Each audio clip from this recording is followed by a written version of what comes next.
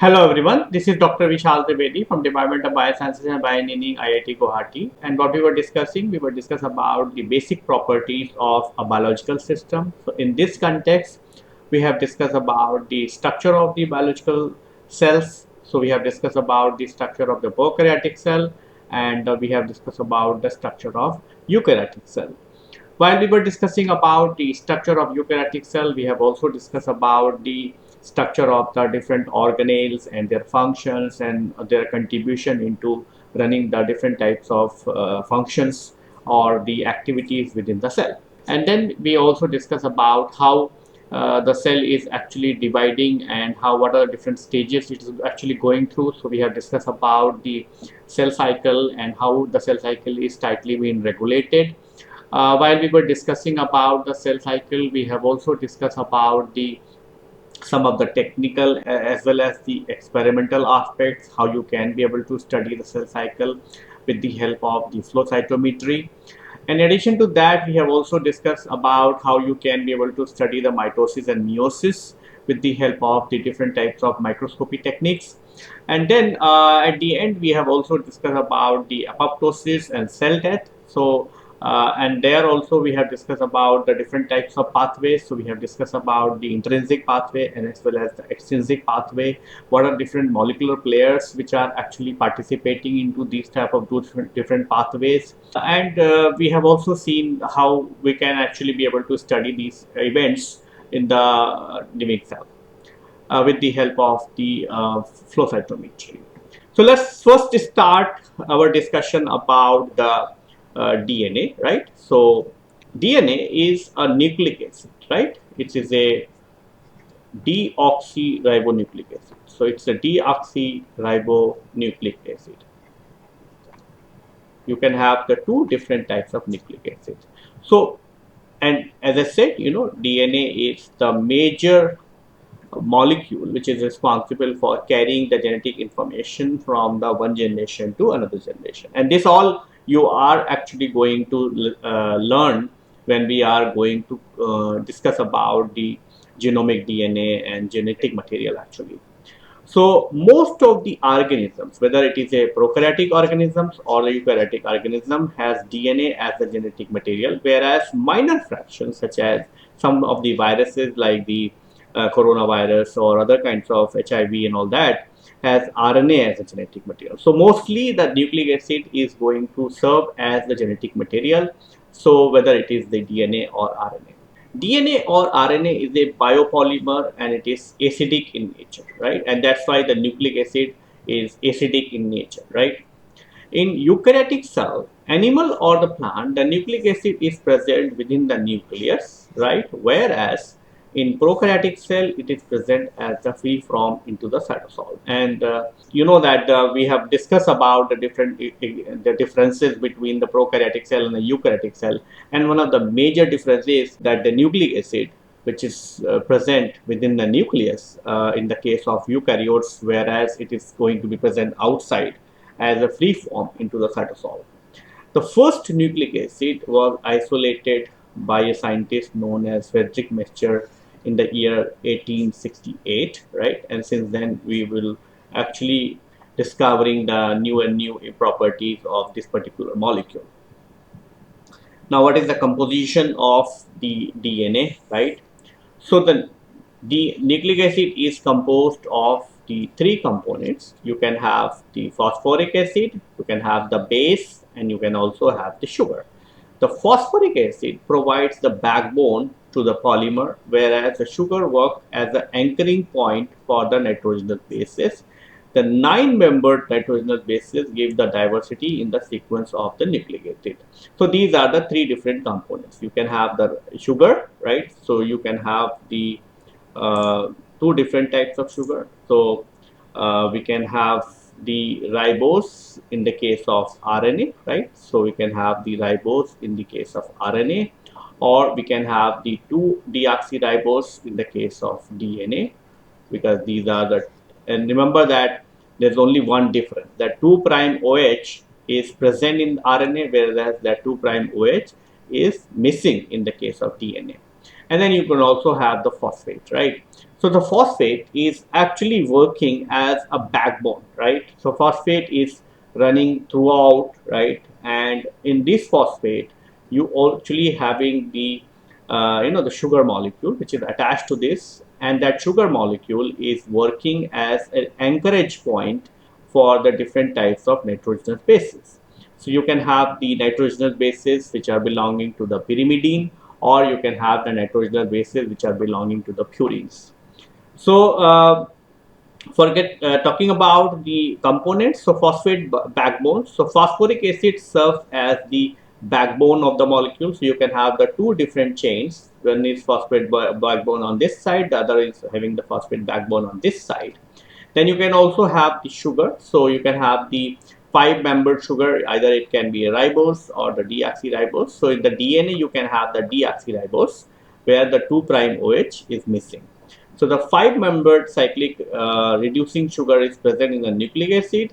These are the two different variants. The sugar molecule, which contains the hydroxyl group at 3' as known as ribose, whereas it is deoxyribose if it is absent. Okay. Based on the sugar, the nucleic acid is classified either the RNA or the DNA. Ribose sugar is present in RNA, whereas deoxyribose sugar is present in DNA. The purpose of sugar in the nucleic acid is to provide the attachment point for the nitrogenous bases. So this is a sugar, and it is actually going to have the attachment point so that you can have the nitrogenous bases attached to sugar. So this is the phosphate bond. On this, you are going to have the sugar molecule, and on this sugar molecule you are going to have the base, right? And that's how it is going to be have the same way. It is going to be on this side, and that's how they are actually interacting with each other. This anyway we are going to discuss in detail when we discuss about the base pairing and other kinds of things.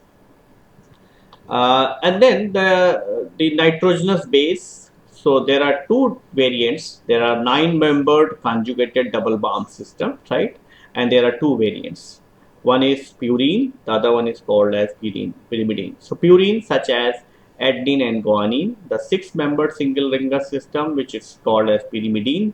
So these are called thymine, uracil, and the cytosine. So this is the adenine, which is a 9-membered ring, and then you also have the another 9-membered ring which is called as guanine. So these are the 9-membered ring, or I will say 2-ring base, right? So if you have 2 rings, it is going to be purine. If it is a single ring, then it is going to be pyrimidine. Okay. So pyrimidine is going to be either the thymine, cytosine, or the uracil. Okay. Whereas for the purines, it is going to be 2 rings, and the pyrimidine, it is going to be 1 ring. Okay. And the presence of nitrogenous base in DNA, RNA is predetermined. For example, the DNA has adenine, guanine, thymine, and cytosine, and it does not contain the uracil. Okay. Whereas the RNA has adenine, guanine, uracil, and cytosine, and strictly no thymine. Okay. Now the question comes: if you have the adenine, thymine, guanine, and cytosine, why there is a strict, or why what is the base pairing? Which one will actually going to make the base pair with others, and so on? So what is the rule about having the base pairing between these nitrogenous bases, right?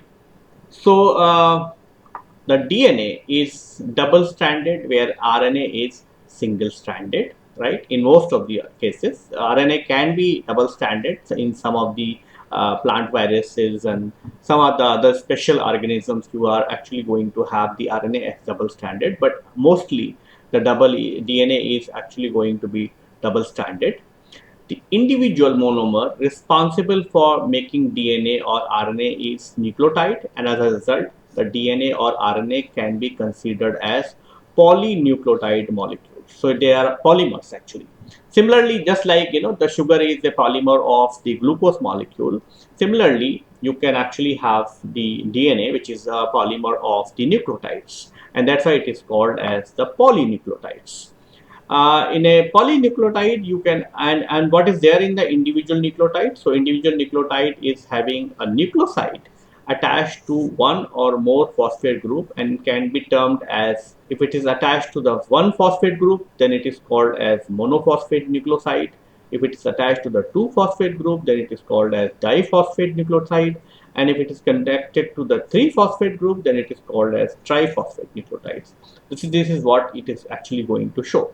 So if the sugar is attached to the base, if sugar is attached to the base, then it is called as nucleoside. Okay, so if the sugar is plus base, then it is called as nucleoside. Okay, now if nucleoside is attached to the one molecule of phosphate, then it is going to be called as nucleoside monophosphate, or I will say nucleotide. Okay, then if it is attached to the two phosphate groups, then it is going to be called as nucleotide diphosphate, or if it is attached to the three phosphate group, then it is going to be called as nucleoside triphosphate. Okay, and the base is attached to the sugar molecule with the help of the glycosidic bond. If the 2' OH is present, then it is going to be called as ribose. If the 2' OH is absent, then it is going to be called as deoxyribose. Each nucleoside is composed of the nitrogenous base attached to the sugar through the glycosidic bonds. So when the nucleoside is going to be attached to the phosphate, then it is also going to be called as nucleotide. Okay, so when the attached with phosphate, then it is actually going to be called as nucleotide. Okay, so nucleotide monophosphate, nucleotide diphosphate, nucleotide triphosphate. Now, nucleotide has the free hydroxyl group at 3' carbon and a phosphate group at the 5' of the sugar, right? This is what is going to show, right? So it has actually the 5' phosphate and actually going to have the 3' OH, right? And that's actually provide some kind of the orientation or polarity into the molecule, right? So the first nucleotide has the free phosphate group and the 3 hydroxyl group, which are going to make the bond with the phosphate group at the 5' of the next nucleotide.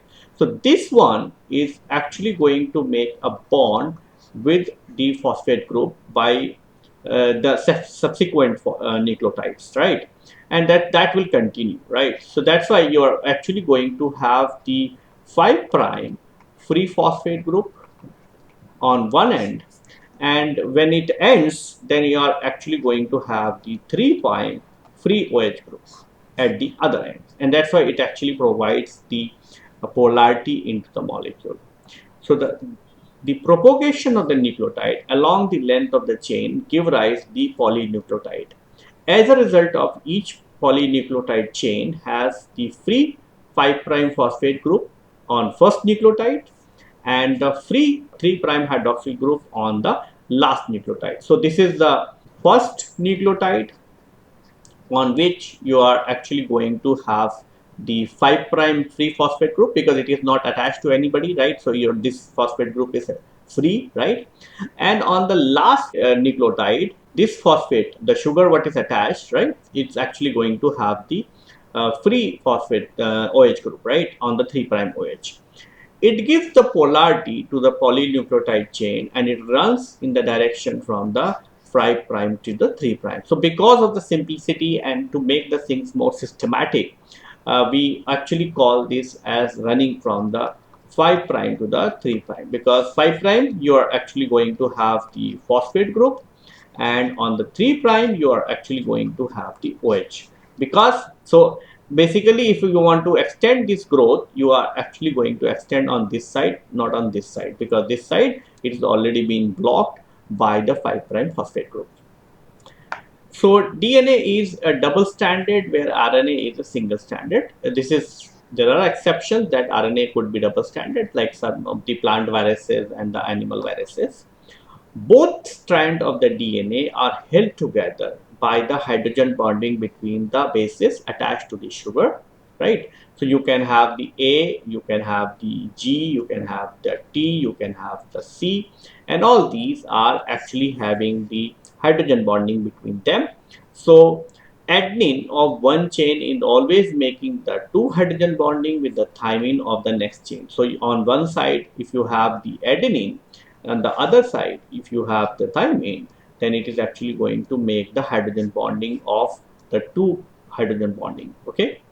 Whereas in the case of the same way, if you have the guanine on this side, you can actually have the cytosine on this side. So it is actually going to make the three hydrogen bonding. So similarly, the guanine of the one chain is making the three hydrogen bonding with the cytosine of the next chain. Now the question comes, why the adenine is making a pair with thymine and why the guanine is making a pair with cytosine? Okay, what is unique about this base pairing, right? It is possible that adenine can make a pair with cytosine and guanine is making a pair with thymine, right? But that does not happen, right? Because of that, there is a strict base pairing that adenine is always making a pair with thymine and guanine is always making a pair with cytosine. So the question comes, why there is such a strict base pairing, and that strict base pairing, the answer to this strict base pairing comes from their structure itself, right? So you know that the adenine is adenine and guanine are the two ring structure, right? And the thymine and cytosine is one ring structure, right? This means they are small, these are big. Okay. So, and apart from that, the groups what are attached to the adenine and guanine are actually different than the group what is present on the thymine and cytosine. And you know, for hydrogen bonding, right? Uh, it is these kind of stoichiometry and the distances are very important. So why there is a base pairing of such a strict base pairing that adenine is going to make a pair with thymine and the guanine is always making a pair with cytosine. So question lies within their structure and as well as the groups what are present onto their rings actually, right? So adenine or guanine is a purine and it is a 9-membered ring. 9-membered means it is actually having the two rings. Whereas the thymine or cytosine is a pyrimidine, which is a 6-membered ring. So this means a one ring structure. Okay. So presence of both purines, which means adenine and guanine, right? Which are bulky actually. So there are two rings, right? So they are actually bulky. So if you put the adenine on one side and guanine on the other side, it is actually going to have the steric hindrance. It is actually going to having the not enough space between the DNA strands, right? And because of that, they will be actually going to be too wide actually. So they are actually going to be too wide to get accommodated within the DNA structures, right? Because the distances between the two strands of the DNA is going to be very strict, right? So they are not going to vary. In comparison to that, for example, if you have two pyrimidines, for example, the cytosine and thymine, then the cytosine and thymines are very small, so they will be placed very far away and then they will not actually going to have any kind of hydrogen bonding. So hydrogen bonding is not going to be possible if the pyrimidine in pyrimidine is present, because the pyrimidine is actually going to be very small because it's a single ring structure, so they will not be able to interact with each other, and because of that the DNA structure is going to be unstable at this particular region, right? So if they will not be able to interact, this region can be broken very easily and it is actually going to form the loops and other kinds of bulbs, right?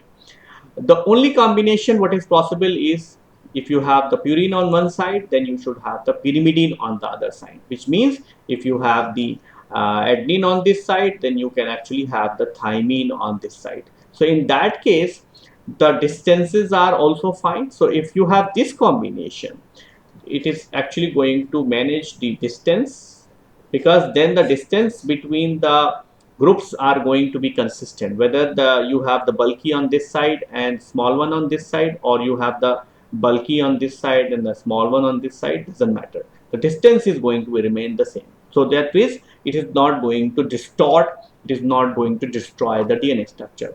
Apart from that, the groups what are going to be present onto the purine is actually going to place the groups in such a way that they are actually going to interact and they are going to form the hydrogen bonding with the groups what is present onto the pyrimidines. So this way, the most possible combination is that the purine on one side and the pyrimidine on the other side. This means the amount of purine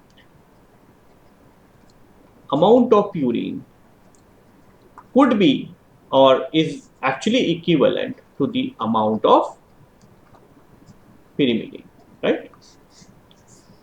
This way anyway we are going to discuss in detail, right?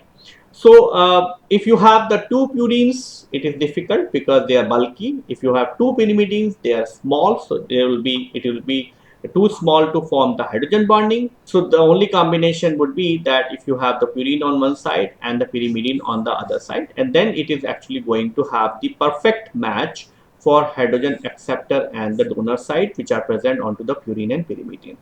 So that's why there is a strict base pairing, two chains, and that's why the two chains are called as complementary to each other, which means if you know the sequence on one chain, you can actually be able to predict the structure on the second chain. And that's why they are actually complementary to each other. The question comes, what is complementarity mean to you, right? What is complementarity, right? So it means that if I will provide you the sequence of nucleotide on the one strand, right? If I provide you the information about the nucleotide sequence on the strand 1, it will let you to predict very precisely the sequence of the nucleotide on the other hand, because wherever you have A, it is actually going to interact with T, and wherever you have G, it is actually going to interact with C, right? Let's take this with an example, right? So for every appearance of A, you are actually going to give the T, and for every appearance of G, you are going to take the C. Let's take an example. For example, this is the strand 1 on which you are actually know the sequence, right? And if you want to know the sequence of the complementary strand, so this is going to be the strand number 2. Remember that the strands are not only going to be complementary in terms of the sequence, they are also going to be complementary in terms of the polarity. For example, the strand 1 is running in the direction of 5 prime to 3 prime. This means it is running in this direction. This means the complementary strand should run in this direction. This means the 5 prime is going to be on this side and it will go run in this direction. This kind of information is very important, and this aspect and concept is very important for you to understand, because it is actually going to be used extensively when we are actually going to discuss about the replication and transcription, because that time this complementary information and the concept of complementarity is very important to understand. So let's see. So strand 1, you have the adenine, you have thymine, you have guanine, cytosine. So the first nucleotide, if you go to the first nucleotide, it is adenine. So what I'll do is I'll put the thymine. If it is a thymine, then I'll put the adenine. If it is guanine, I will put the cytosine.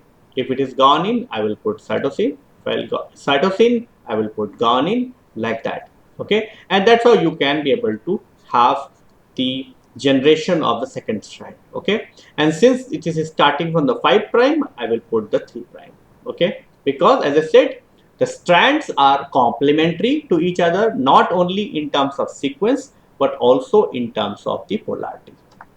So the individual strand of the DNA runs in the direction of 5 prime to 3 prime, and on the other strand runs in the direction of 3 prime to 5 prime. Hence, both strands are running in an anti-parallel direction to maintain the base complementarity. The presence of complementarity in base pairing and running of strand in the anti-parallel direction allows the precise duplication of DNA through a process known as replication. And this is all we are actually going to discuss in detail when we are going to talk about the replications. So remember that this is the 5 prime of sugar and this is the strand 1, right?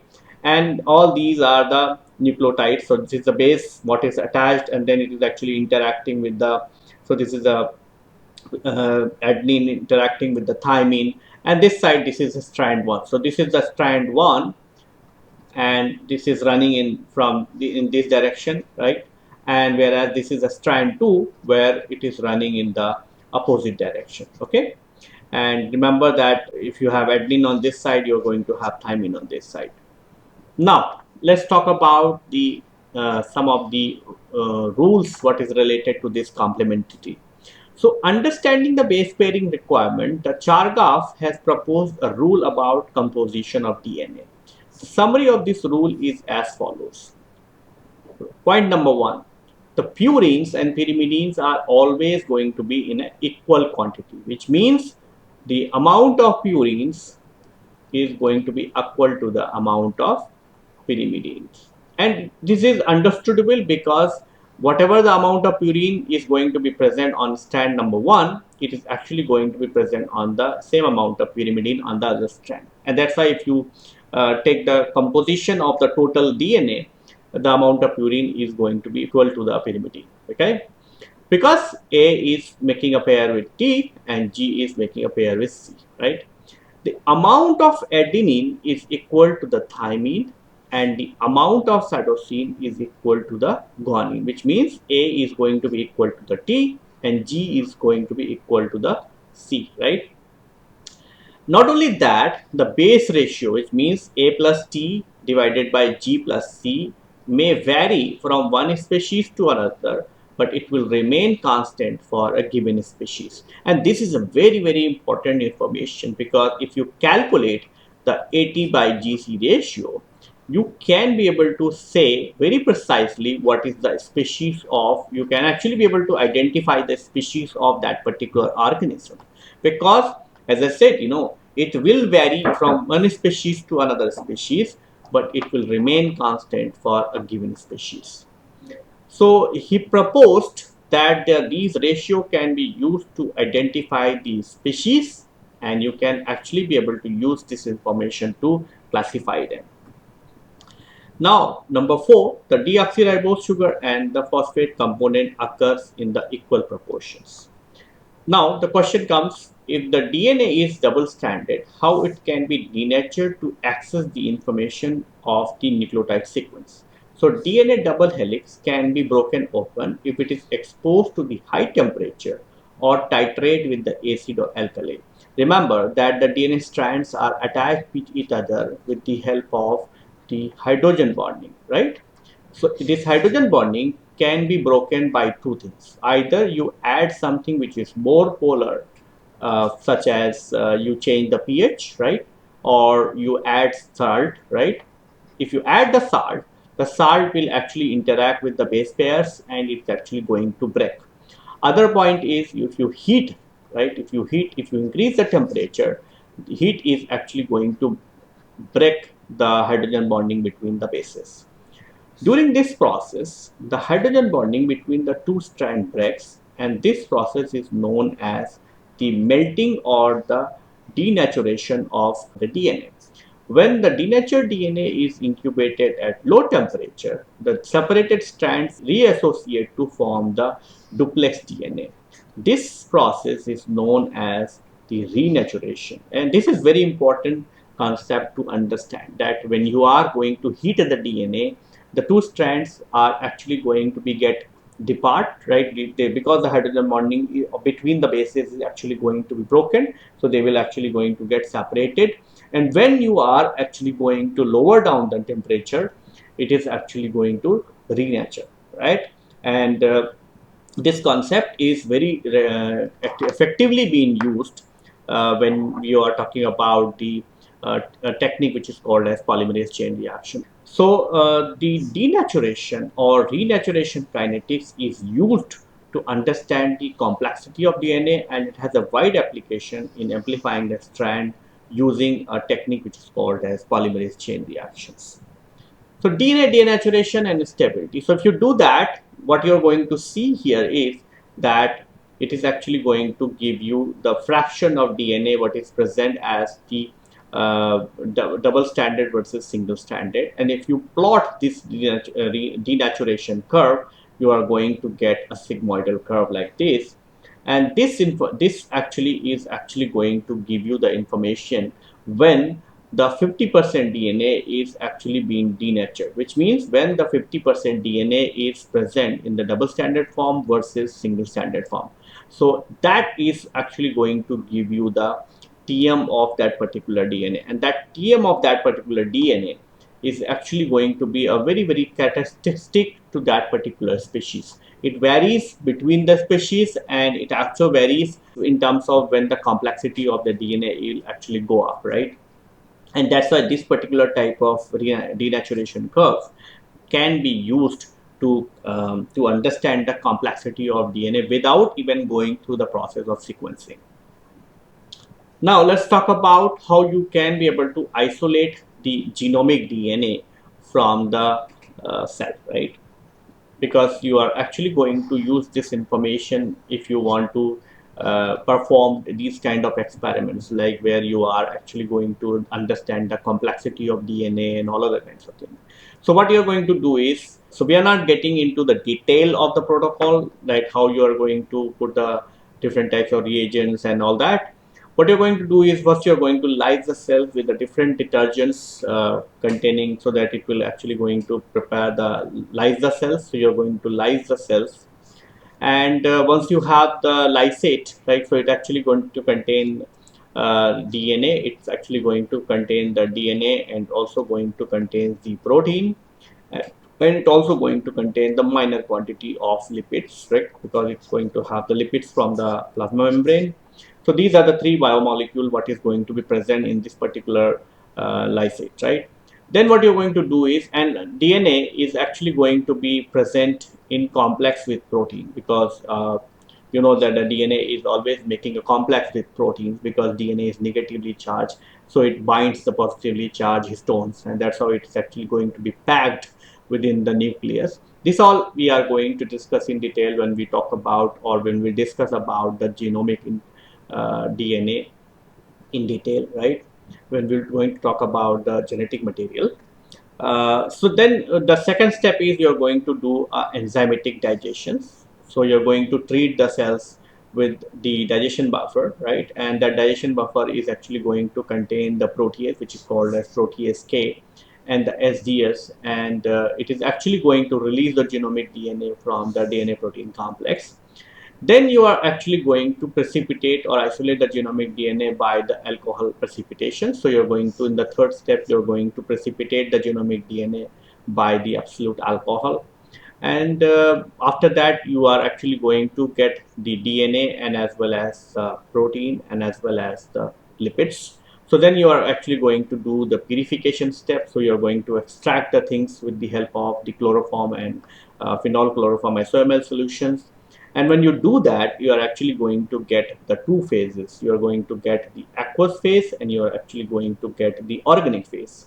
In the organic phase, you are actually going to have the proteins or the lipids, whereas in the aqueous phase, you are actually going to have the DNA or the genomic DNA actually.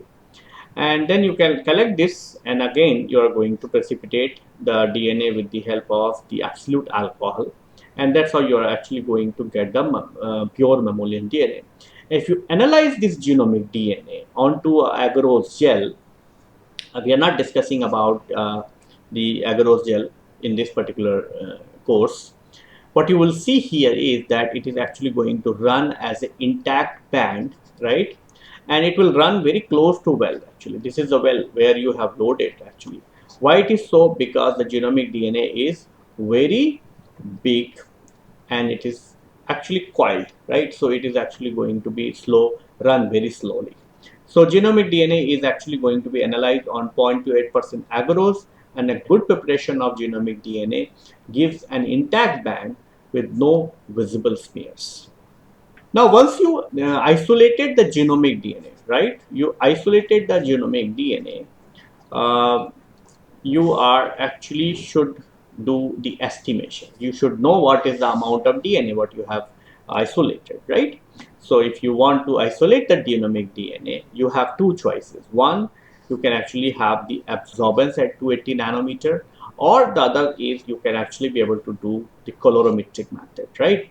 So you can actually do the absorbance at 280 nanometer. So what you can do is you can take the small amount of DNA and then you actually add the buffer, right? So you can actually be able to, so what you do is, and you know that the DNA is absorbing very strongly at 260 nanometer, and RNA also, right? So RNA and DNA both absorb very strongly at 260 nanometer. So what you can do is you can take the buffer and first take the absorbance at 260 nanometer, and that is going to be the control reading, or I will say blank, right? So it is actually going to be considered as zero reading.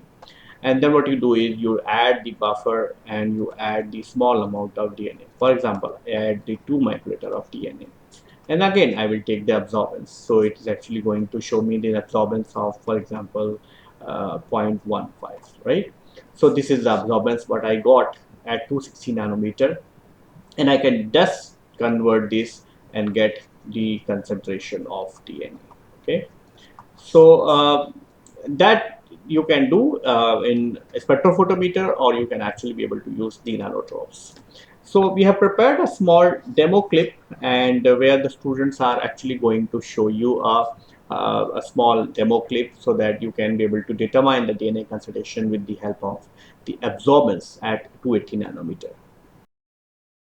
Today we are going to estimate DNA concentration using UV visible spectroscopy. One of the most common methods for DNA concentration detection is the measurement of solution absorbance at 260 nanometer, due to the fact that nucleic acids have an absorption maximum at this wavelength. For this experiment we need DNA for standard cup preparation, distilled water, DNA sample of unknown concentration, micropipettes, tips, cuvette, and spectrophotometer. According to this table, we will prepare different concentrations of DNA solution for the standard cup. After preparing different concentration of DNA solution, we will measure the absorbance at 260 nanometer using spectrophotometer. We will take the absorbance of the blank.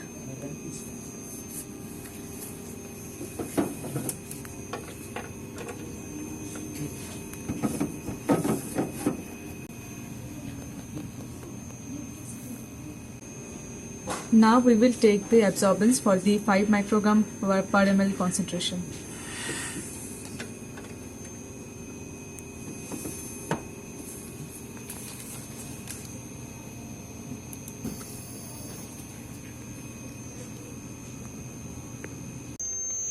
These are the absorbance values. From the absorbance value, we have plotted the graph and we have got the regression equation. Our absorbance for unknown sample was 0.478, and this value is the value of the y. Substituting the y value in the regression equation and solving it will give the x value, which is our unknown concentration, that is 22.319 microgram per ml. Now, the second method is you can actually be able to do the DNA estimation with the help of the colorimetric method, and that method is called as estimation of DNA by the diethylamine reactions. So diethylamine is a colorimetric reagent. When it reacts with DNA, so if it is reacts with diethylamine, it is actually going to give you the blue colored complex, and that blue colored complex you can actually be able to give you the absorbance, and that is actually can be used for determining the total DNA content what is present. Now the question comes, why we are doing this instead of the absorbance at 260 nanometer. The answer to this question is that the absorbance at 260 nanometer is a quick method, and it actually gives you the quite reliable results, but it is not very quantitative. It will not going to give you the absolute correct answer, right? And that's why we there is a colorimetric method in case you want to verify, because if you are doing at 260 nanometer absorbance, there are other molecules which also can contribute into the reactions.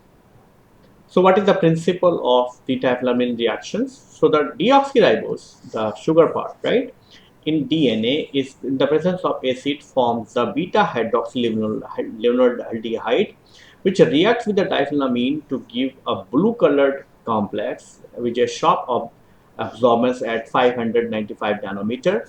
In DNA, only the deoxyribose of the purine nucleotide reacts. So the value what you're going to obtain represent the half of the total deoxyribose. So what you have is you have a DNA. DNA has the pyrimidines, right, and the purines also, right. So when you are going to put them into the acidic reactions, right, it is actually going to have the purines, and then you're also going to have the sugar part. This sugar, in the presence of sulfuric acid, it is actually going to react with the diethylamine to form the beta hydroxyllevonoraldehyde, right? And then the beta hydroxyllevonoraldehyde is actually going to react with the diethylamine, and the diethylamine is actually going to give you the blue colored complex, and this blue colored complex is going to absorb very strongly at 595 nanometer. What are the methodology, right? The material requires, you actually requires the spectrophotometer and a water bath. So you require a boiling water bath, right? Remember that you actually require a water bath which actually can maintain 100 degrees Celsius. Then you require the chemicals. So you require the standard DNA solutions, diethylamine reagents, DNA sample, right? You require the citrate buffers. You require the acetic acid, concentrated sulfuric acid, and ethanol. The glasswares, you require a test tube, pipettes, and graduated cylinder. Then the procedures, so you are actually going to prepare the reagents. So you are going to prepare the diethylamine reagents, and while you are preparing the diethylamine reagents, remember that these are the reagents where you are actually going to have the glacial acetic acid, and you're also going to have the concentrated sulfuric acid. So you should be taking very careful, very a lot of cares, and the reagent has to be stored in a dark glass bottle. So on the day of use, you prepare a fresh solution of methanol, and you are going to add the things into like 1 ml of methanol in the 50 ml of water, and you add the 0.5 ml of this solution to each 100 ml of the diethylamine reactions. You have to always be very cautious, right, because you are actually going to deal with the the concentrated sulfuric acid and concentrated glacial acetic acid. So you always use the IVR protections, and you use the fume cupboard for these reagents. And diphenamine reagent is also very harmful. So if ingested or inhaled, may irritate the skin or eyes if it comes out into the contact with them. Now you are going to set up the assay. So you are going to prepare a series of dilution of a standard DNA starting from the 0.25 mg per ml stock in a saline citrate buffer to give a concentration of 50 to 500 microgram per ml. You prepare all the reagent sample in triplicates. Then to 2 ml of each of these blank, standard and unknown, you add the 4 ml of diethylamine reagent and mix. Tube 1 is used as a blank, and tube 2 through 7 are used as a consultation of a standard calibration curve, whereas tube 8 to 11 are for the unknown samples. This anyway you're going to see in a table, right? Then you incubate all the tubes into a boiling water bath for 10 minutes. Cool the temperature and read the absorbance at 595 nanometer. Then you can actually be able to make a calibration curve of the absorbance at 595 nanometer versus the concentration of the DNA. And this is the table, this is the recipe table what you're going to use. So the first reaction is actually the blank reaction where you have not added the DNA. So this is the minus DNA reaction. So this is actually going to be the blank. So whatever the reaction you are going to, whatever the values you are going to get, that has to be subtracted from this value, right? So this is the value what you are going to get, right? This is the average of this, and this value has to be subtracted, and when you do that, you are actually going to get, this is the corrected absorbance value at 595 nanometer. And these are the standard reactions what you're going to use, right? And these are the unknown samples. So DNA what is present in the unknown samples, and then using these reactions, using these values, you can be able to make a calibration curve, and using this calibration curve, you can be able to determine the DNA concentrations into the unknown samples. So this is the standard curve what you are going to prepare, where you are going to have the corrected absorbance value onto the y-axis, right? This is the y-axis, and the concentration of the DNA or amount of DNA onto the x-axis, and then you are going to get the calibration curve, and you can actually be having two options. Either you use the equations and you can be able to determine the concentration of the unknown samples, right? Or you can actually be able to use this calibration curve to determine the calibration, the unknown samples. So to show you all these, we have prepared a small demo, and with this small demo, you can be able to understand how to prepare these reactions and what are the different places where you are supposed to take the precautions, because you are dealing with the corrosive samples. So you should be very, very careful. Hello everyone. In this video we are going to demonstrate how to estimate the concentration of DNA using the diphenylamine method. The basic principle in this method is that the deoxyribose in DNA of the purine nucleotide in the presence of sulfuric acid is going to form beta hydroxylevinoldehyde that in turn going to react with the diphenylamine, forming a blue colored complex with absorbance at 595 nanometer. So in this method, the materials which will be requiring are the standard DNA solution prepared in citrate buffer of 250 microgram per ml, the diphenylamine reagent, the saline citrate buffer, the test tubes for the standard curve preparation of 6 standards, 3 unknowns, as well as the one for the blank. And also we will be needing the water bath as well as the spectrophotometer for the absorbance. So coming to the procedure, to prepare the standard curve, we need to add the known concentration of DNA in each of the standard tube. So in standard 1 we will be adding 50 microgram of DNA, in standard 2 100 microgram of DNA, in standard 3 200 microgram of DNA, in standard 4 300 microgram of DNA, in standard 5 400 microgram of DNA, and standard 6 500 microgram of DNA. So to add this particular concentration of DNA in each of the test tube, we need to we have already have the standard DNA solution of 250 microgram per ml. So for 50 microgram of DNA to be added in standard 1, we need to add 200 microliter of the standard DNA solution with 1800 microliter of water into the standard 1 test tube.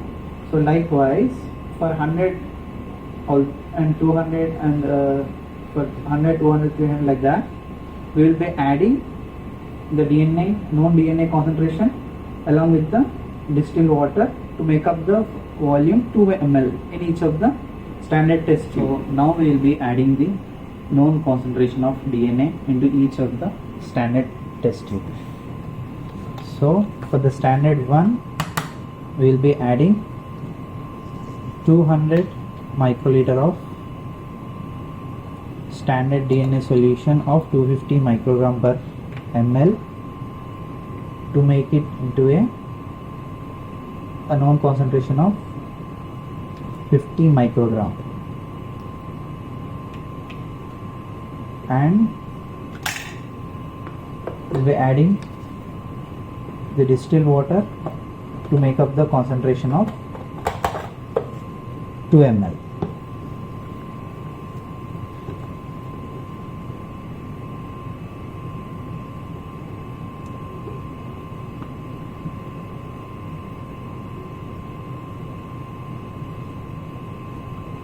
Likewise, for other standard tubes with the known concentration of DNA, we will be making up to 2 ml in each of the standard tubes. Now after preparing the known concentration of the DNA in each of the standards along with the unknown, now we will be adding the 4 ml of DPA reagent to each of the test tube including the blank.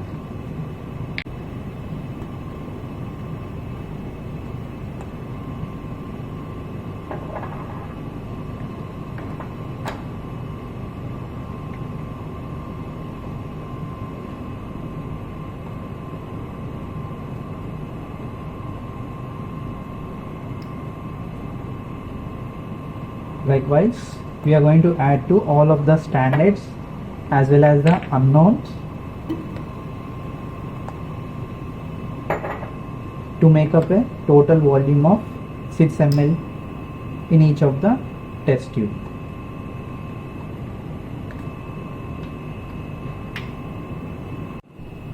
Now we have added the DBA reagent of 4 ml each in all of the test tubes. Now after adding, we are going to incubate all of the test tubes in hot water bath that we are going to put it for 10 minutes.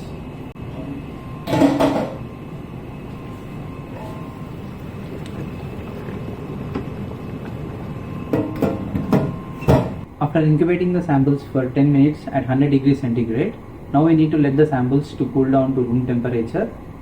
Now we could see the blue colored complex formed in the standards as well as in the unknowns. So taking from the standard 1 to 6, we could see as the concentration was increasing, the intensity of the blue color was also increasing.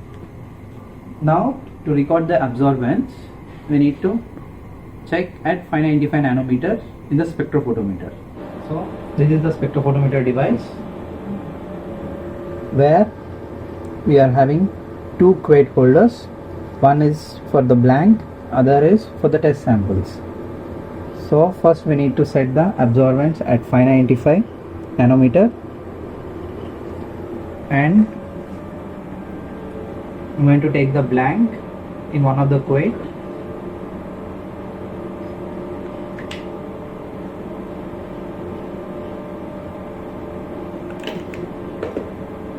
and place it in the holder. Next we are going to take the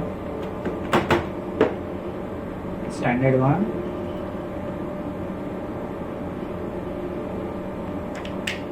in another quade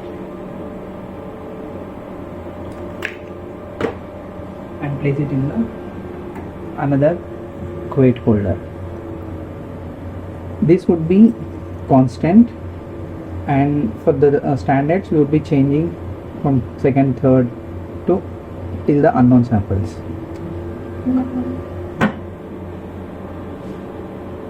Now it will be measuring. Here are the absorbance values taken twice for each of the sample including the unknowns to reduce the error percentage by taking the average of two values. The last column gives us the corrected OD after nullifying the blank from each of the standards and unknown samples. Now, by plotting the standard curve with absorbance on y-axis and quantity of DNA on x-axis, we have determined the unknown concentration of DNA using the equation of slope. Here, the obtained concentration is usually half, since the purine nucleotides only forms the blue colored complex after reaction with the diphenylamine reagent in the presence of strong acid. So doubling the obtained concentration for each unknown gives us the actual concentration of DNA. Like for unknown 1, it is around 0.4 microgram. So by doubling it, we get around 0.8 microgram. So this is all about the DNA. We have some more aspects what is related to the deoxyribonucleic acid, which we are going to discuss in our subsequent lectures. Thank you.